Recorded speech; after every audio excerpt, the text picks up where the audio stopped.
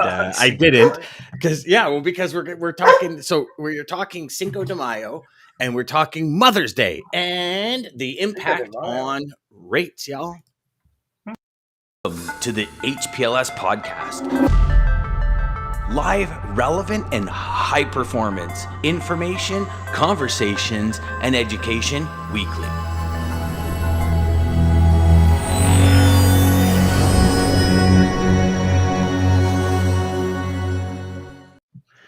Jeff standalone this morning. Jeffrey. And then Lisa's coming in. Now we've got a good 11 seconds different this morning. Oh, no. Richard comes in on a quick third. Look at that, Richard. That's awesome. Hey, we've said it, I don't know how many times on the show already. Sometimes the seemingly smaller holidays can throw a serious wrench in the freight markets. Right. Never once would Valentine's Day, prior to looking at data, never once would I think Valentine's Day, Mother's Day, Cinco de Mayo would have an impact on freight rates. And today, I think for all of you that have never explored, no offense to any mother out there, but I'm going to call it the smaller holidays. Like we all focus on the Christmas, the Black Fridays, the Cyber Mondays, and all this kind of stuff. Right. Yep. But the smaller holidays, or festive days, I guess. What would you really call them? Look at all the mornings. We got to give a shout out to the mornings real quick because there are a lot of mornings. Thank you all. Look at all the good mornings. That. Yeah, Mr. Ridley's here. I think they came to see the man scientist of logistics data.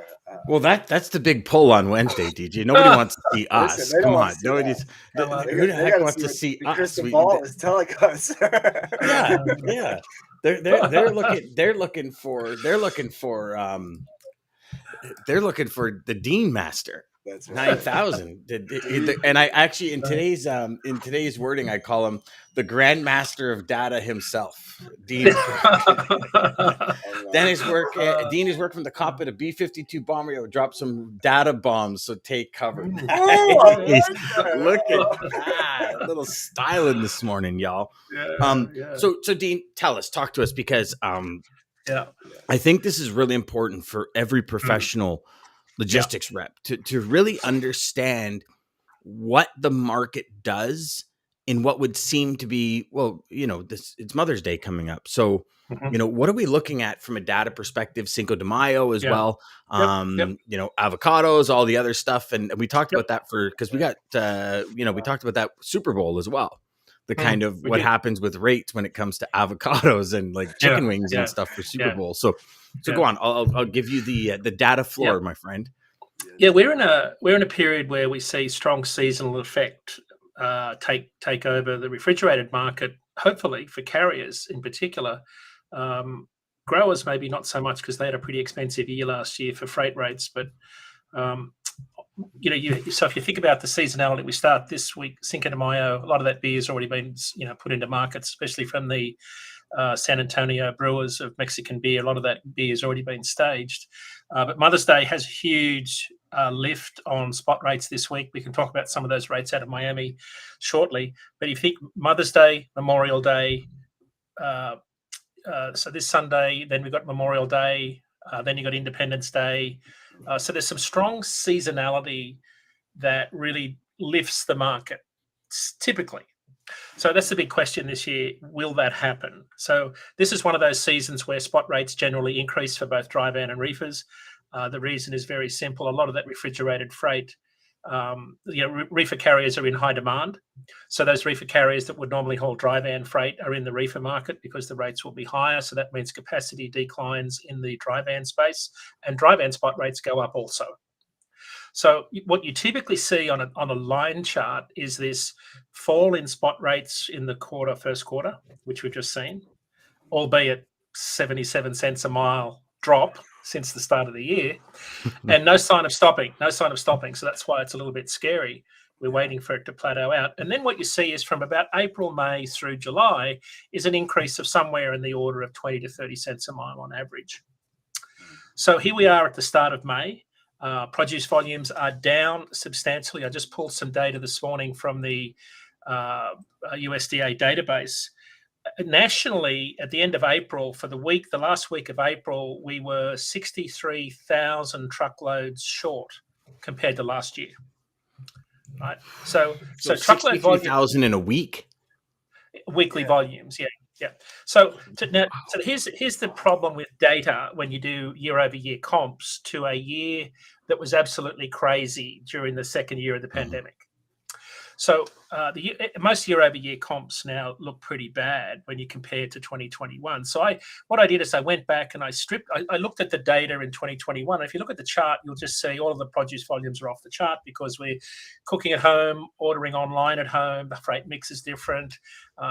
So what I did is I went through and I just stripped out the month of, the year of 2021 last year and looked at the last 10 years of volume.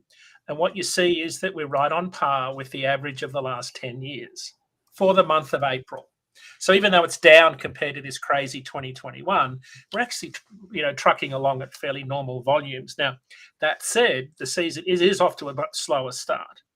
We are hauling fewer truckloads of produce at the start of this year compared to the average of the last 10 years. So it's off to a slower start. Of course, our big state is California. A lot of our volume comes from there. They've got a drought. We've got water shortages we covered on last week's show. So we're certainly off to a slower start in the produce market. But of course, if you dig into deeper lanes, this is where data is really helpful. When you look at some of the lanes this week, you will see spot rates on some of these lanes out of Miami jump substantially, as much as 50 cents a mile this week. Because and why Miami? What is it that's coming out of Miami right now for everybody watching and listening? So most of our fresh cut flowers come from equatorial countries where there's 365 days a year sunlight. Labor's a lot cheaper. They fly in on 747 jumbos. It's a south-north freight lane on the air cargo space. So it's South America to the United States. It's North Africa, Kenya to Europe. So they travel in that same time zone. And there is a little bit of crossover. So what we see is, and I've got the data here, again, we've covered it this week, but it's something like 80, is it 80, 80, I'm going to say 88% of our flowers that for Mother's Day will land in Miami. Wow. Miami's got a massive perishable handling infrastructure. They've got a massive infrastructure that can handle air to truck logistics and air to air transfers. So it's a really big hub for international air cargo.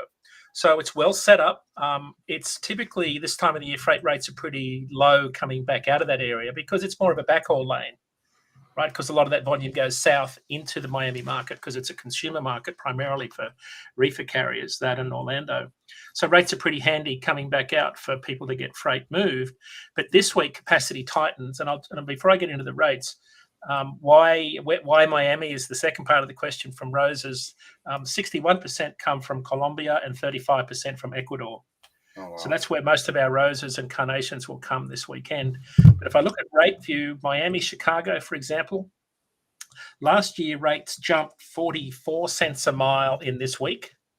Last year, that's average rates. Miami, that's Boston. Miami, Boston, they were 279 in April last year. They're at 274 today. That's excluding fuel.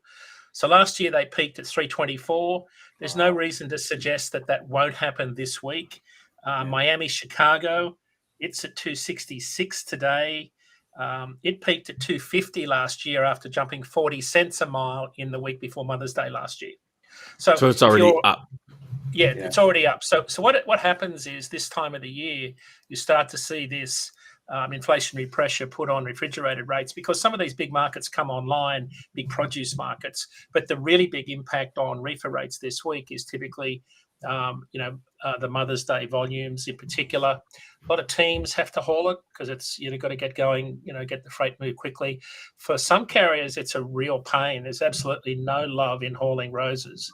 And that's because a lot of it's hand unload at small shops. Yes. Boxes, stems of they're terrible boxes to handle unless you've got there's a forklift. So, and then the other thing that I missed is you've got road check week coming up in 2 weeks. So road check week is when a lot of carriers take time off. Yep. Reefer carriers take time off at about double the rate dry van and flatbed carriers do doing road check week, right? Largely because of the 150-mile ag haul exemption, where they can do a lot of work without recording on duty status, picking up boxes at multiple farms within a 150-mile radius. You can do a lot of miles and hours in 150 miles without recording a thing.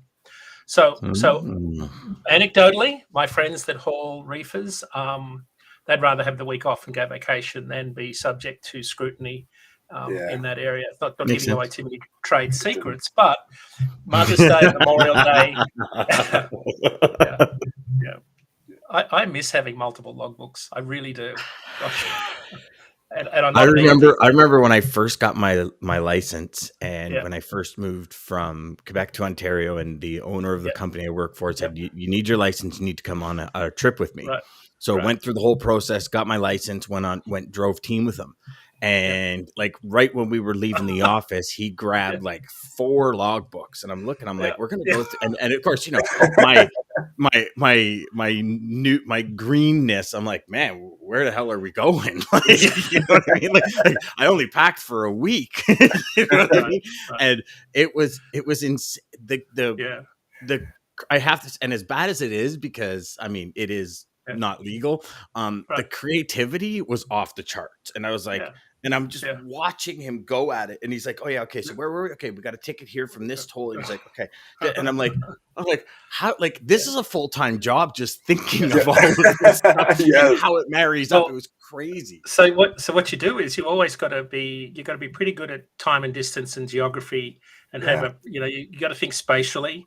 But more importantly, you got to figure out how big of a lie can I tell if I get asked the question. And what will the lie be? So because you sit behind the windscreen for 12 hours a day, you think all this stuff up. So you get a lot of time to think. You guys definitely get a lot of time to think behind this. But so, we jest, but paper log fleets are about 30% safer than e-log fleets when you look at serious truck crashes.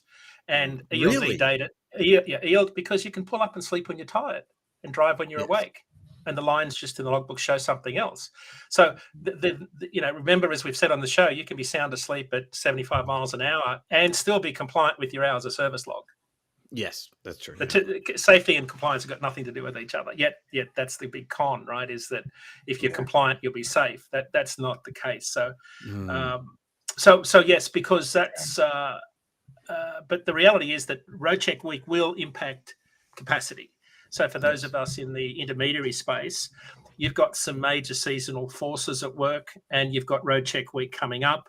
Anecdotally, some of the state troopers, particularly in Maine and Vermont, are hammering truck drivers this week. So it wouldn't surprise me to see them do something in advance of road check week just to catch carriers out.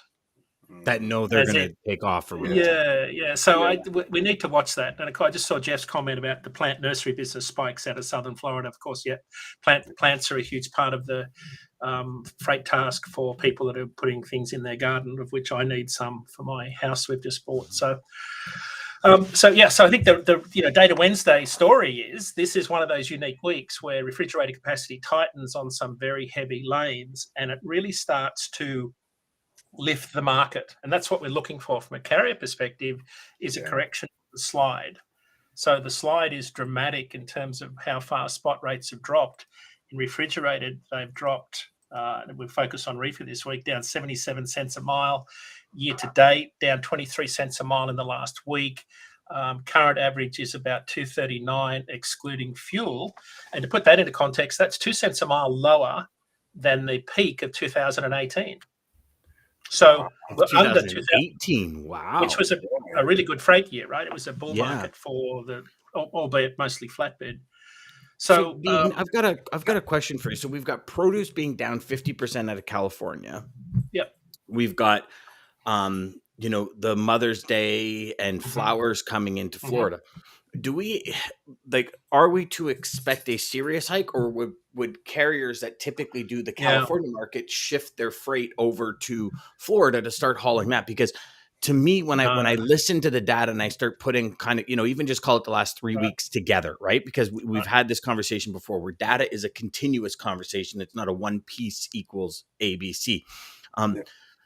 So we have an increase in capacity because we're 50% less produce coming out of, or I think it was 53 or something percent less produce coming out of California that you talked about last week.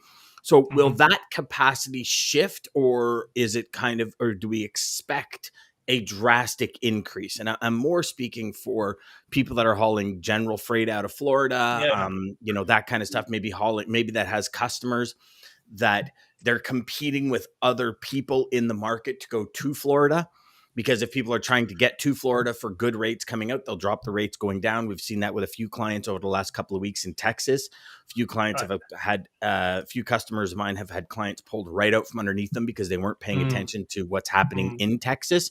So when there's a spot market piece inside a company, the company's like, well, this person's $400 cheaper this week, we're going to go with them, kind of thing. Right.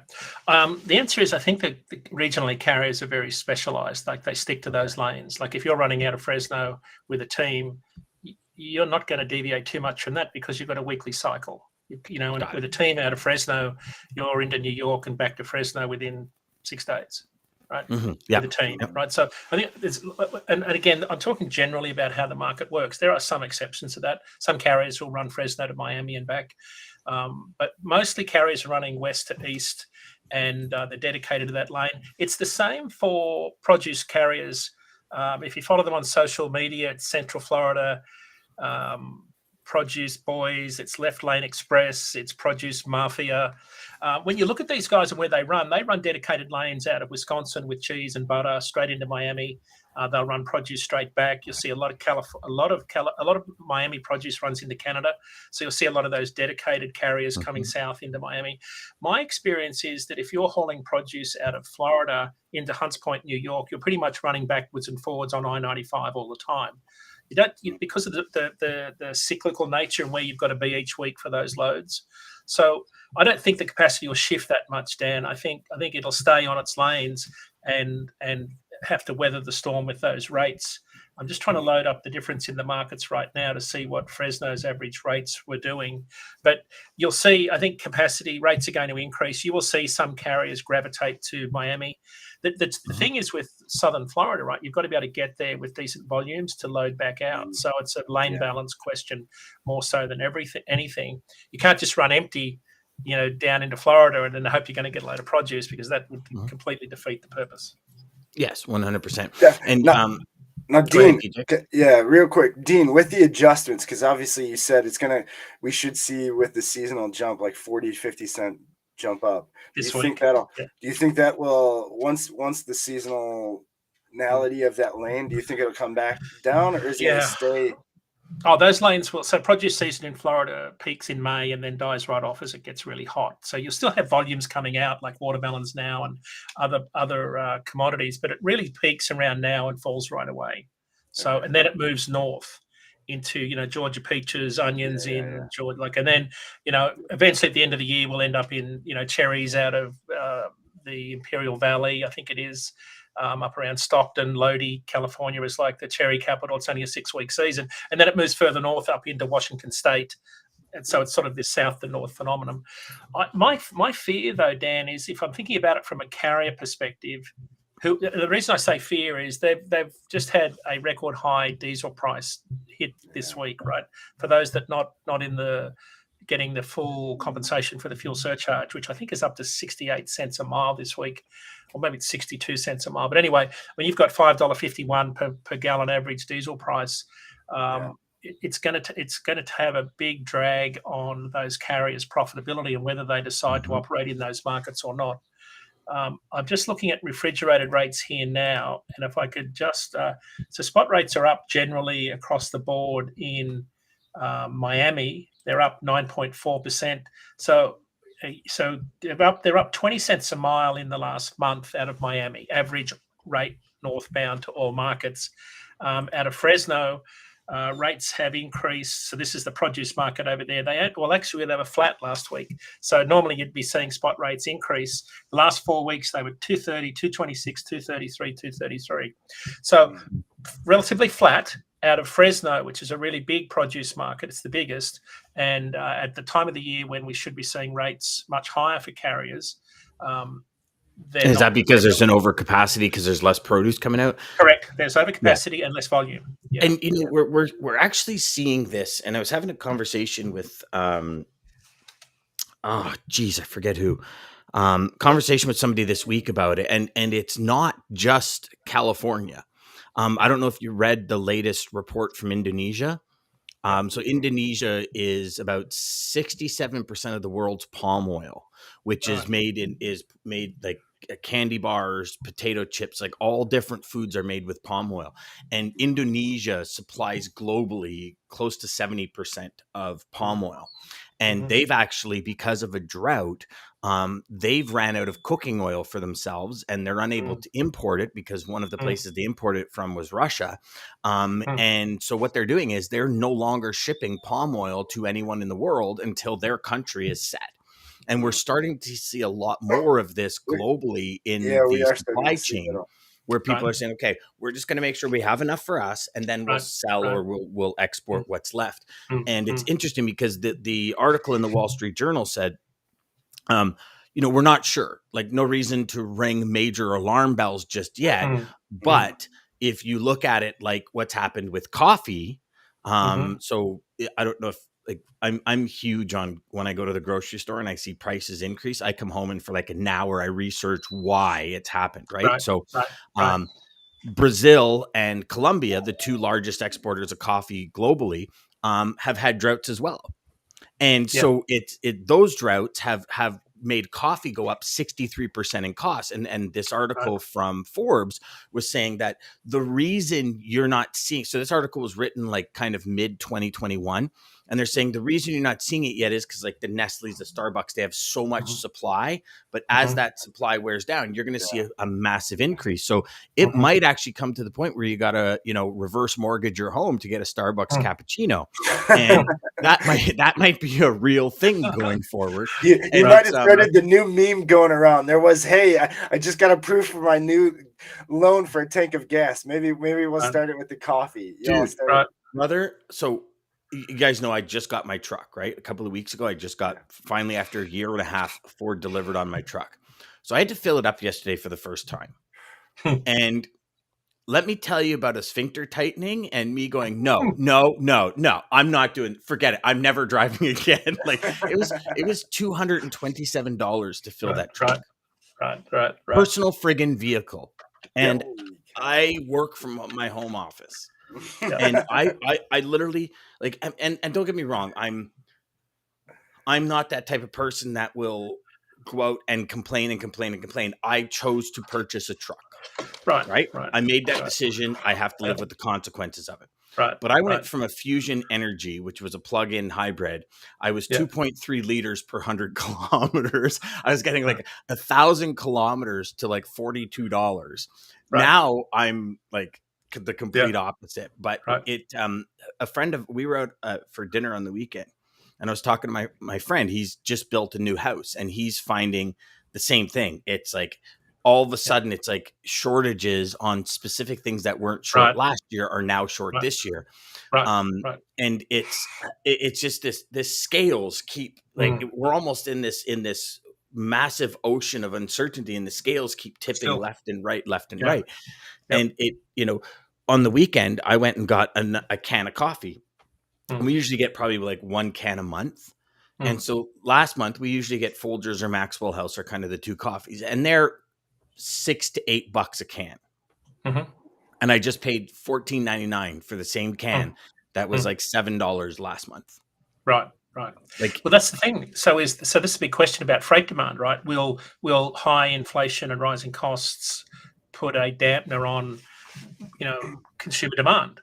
So we're all. So this is a really interesting question, because for those of it that are in the intermediary space, right? So spot rates are loosening, capacity's loosening, contract rates are peaking and starting to drop. Right. So I think what shippers are going to do that you're working with, they're going to start to extend their bids, do more of them, do more short-term bids, So you're going to see some renegotiation going on, and carriers are going to start coming back saying, yeah, we'll if you can lock in that volume on those lanes, we'll do it for a lower rate. That's already happening because spot leads contract. Right, so if spot is down 77 cents a mile and is under contract about 40 cents a mile in reefer, you've got to expect at some point contract rates get dragged down in the second half of this year. So what the big unknown is, inflation's high, consumer demand could take a hit. We're definitely in a season where we're spending more on services and less on goods. So because the pandemic was highlighted by more spending on goods that trucks hauled. That, as example, by my produce season analogy, we're down substantially, down 31% year over year, but that's comparing to a crazy year last year. So there's more normality returning to the market. But I think from a capacity purchasing point of view, you're going to see costs, rates come down substantially, I think, in the spot market. They will bottom out shortly and start to rise, but I don't think, DJ, you asked, will they rise materially through Independence Day like they normally do? I don't think so. I think they're going to bottom out, and some of those seasonal effects around Road Check Week, Memorial Day, Independence Day, rates will kind of bounce around for the rest of the year is what it feels like. Okay. So that's what we're looking for. But as of today, rates are still heading south in the spot market. And I saw, I think Jeff made a comment and Daman made a comment there about rising diesel prices. Yeah. So $5.51 a mile for diesel prices is just absolutely frightening. So if you're getting all-in rates from your broker and you're not getting full compensation for the fuel surcharge, just average line haul rates, you've gone from making 55 cents a mile this time last year to losing 17 cents a mile today. And that is because spot rates are 17 cents a mile lower year over year, but diesel is up $2.30 a gallon in the last year, I think it is. So carrier profitability, this is where you have good partners and work with your people and be transparent, because carriers are really hurting. It cost me $1,740 to fill up my Peterbilt last week. $1,740 to fill your and how many miles would you get out of a tank? Oh my goodness! So I'm getting that's 300 gallons. I got really big extended tanks for those truck heads out there that are saying, how do you get 300 gallons in two tanks? Divide 6, I only get 6. So if I do 300, it's 1,500 miles. 1,800 miles, sorry. 1,800 miles. So you're pretty much $1 a mile. Fuel. Yeah, almost exactly. The average is about 85. Yeah. Yep. Yeah. So if you're averaging $85 a mile is what you're spending in fuel. Yep. Or 85 cents a mile is what you're spending in fuel.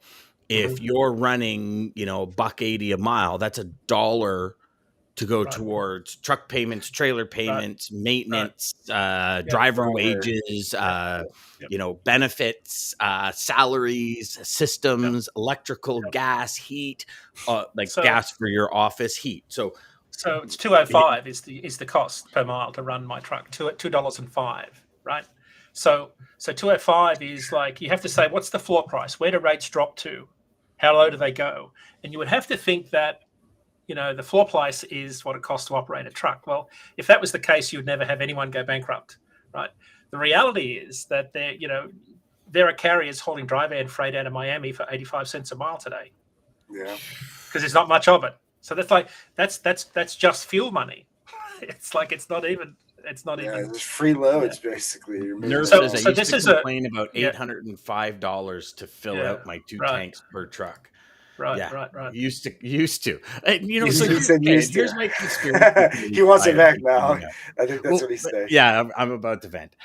Here's the conspiracy theory side of me coming out. Right?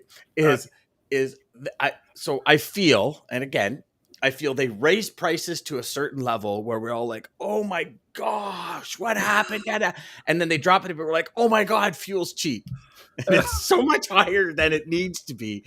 But it's like, they I can remember when, so I said to my wife yesterday when I filled my truck, I said, never, ever in the 30 years I've been driving, because I got my license at 16. So in the 29 years I've been driving, never have I paid that much to put fuel in a vehicle, ever, ever. And I've had trucks many, many, many years. And, I remember when fuel went to $1 a liter in Canada. And then it went to $1.10 a liter. And then it went back down to $1. And we're like, oh, man, fuel's cheap today. It's $1. Yeah. Well, a year ago, it was 62 cents. You know what I mean? But they get you. I don't want to get into it because we're not. Well, these are extraordinary times. These are extraordinary times. And people say, oh, there'll be a bloodbath, blah, blah, blah. Well, what people are forgetting is that carriers just had their best year since deregulation financially last year. Now, anecdotally, I talk to carriers and they say they're pretty flush with funds and they can ride this out. They can park their trucks and take it easy. But I think the challenge is we don't know how long diesel prices are going to stay high because there is a tightening of supply. And part of the reason diesel prices went up this week is a tightening of supply on the East Coast in particular. Yeah. So there is definitely inventory issues going on. Supply is tight, global geopolitical risk. There's tons going on. You've really got to stay in contact with the news cycle because it's changing every day for everybody in the market. And Nerf's got a good comment. It just distracted me. He's got a guy hauling 82 cents. He's happy to get out of there to buy stuff. He's still shopping at Starbucks, though. He's still only getting a quarter cup of Starbucks, though. That's the thing. Mocha. Frappuccino espresso. Nerf is hilarious because I don't know how many times if your coffee has more than 2 words, you got to move on, man. And Nerf says tell everybody Starbucks what mocha latte, frappuccino espresso, Nespresso iced with lemon cherries, banana on top with an umbrella. And that alone is going to cost you $17.99 US. Yeah, how much does that cost? You could run out of hours just waiting for it, right? That's a half-hour break right there. Creating a line, just saying the order. Yeah. So awesome, DJ. What do we got to bring us out today, brother? I know. So all of y'all watching and listening before we went live, DJ was struggling to pick a quote, and he's on this streak. And I think what it is, Dean, today, I wasn't sure. I had, I knew we were going to talk about Mother's Day, Cinco de Mayo, so I had a feeling, but we'll see. But again, thank you everybody for all of your comments, for joining us daily like you do, for all the good mornings, all the feedback. Dean, as always, thank you for the Triple D. Thank you. That everybody looks for this in the middle of the week. Look, if you want to get your data points right, you want to get your stuff and your information to your customer, this is the day of the week. You need to make sure you're not missing the show. We do have it replayed twice a day for all you on the West Coast who aren't early birds like some of our faithful warriors out there. It's replayed at 12 o'clock and 3 o'clock daily, LinkedIn, so check it out. Again, American Logistics, Centurion Trucking, thank you guys for everything and for making this possible. Damon, shout out to you. Thank you, Daman. People, and to all your comments. You guys are probably the best audience on any show I've ever seen. It's awesome. You guys are all over it. So thank you guys. We seriously can't thank you enough. Thank you. Quote to take us out. Sorry, my bad. I got totally trigger happy there. I was actually thought I was on the comments and I was going to pull up a comment. I'm like, boom, and I click it. I'm like, no, don't click it. So stop it. But then I clicked it again and I clicked it again. So I apologize. I'm sorry, DJ. That's okay.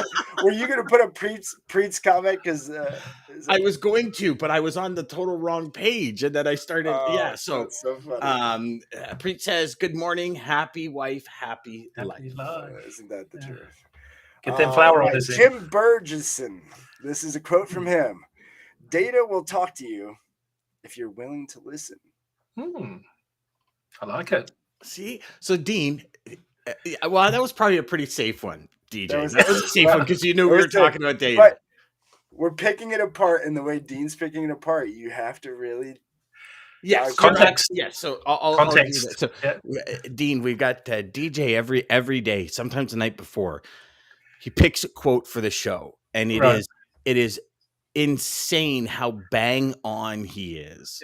The show takes all these remarkable turns and gets off the highway, then gets back on, then gets on the Autobahn and goes a million miles an hour, and then at the end, it somehow comes back to his exact quote. So it does, and that's why I think I'll tell you the other one I was battling with just because we're still talking about it. Torture the data, and it will confess to anything. That's a good one. All right. Oh, they're both really good, DJ. Rip apart. Figure it out. Yeah. Well, you have to. You have to. Yeah. Thanks, everybody. Oh, we got another comment here quickly before we leave. What do we got? Jeff says, thanks, everyone. Have a great day. Have a great day. Jeff. Thank you, everybody. And LOL from Preet. Let's get at it. Take care. Yep. See you tomorrow. Okay. Bye-bye. Welcome to the HPLS podcast. Live, relevant, and high performance information.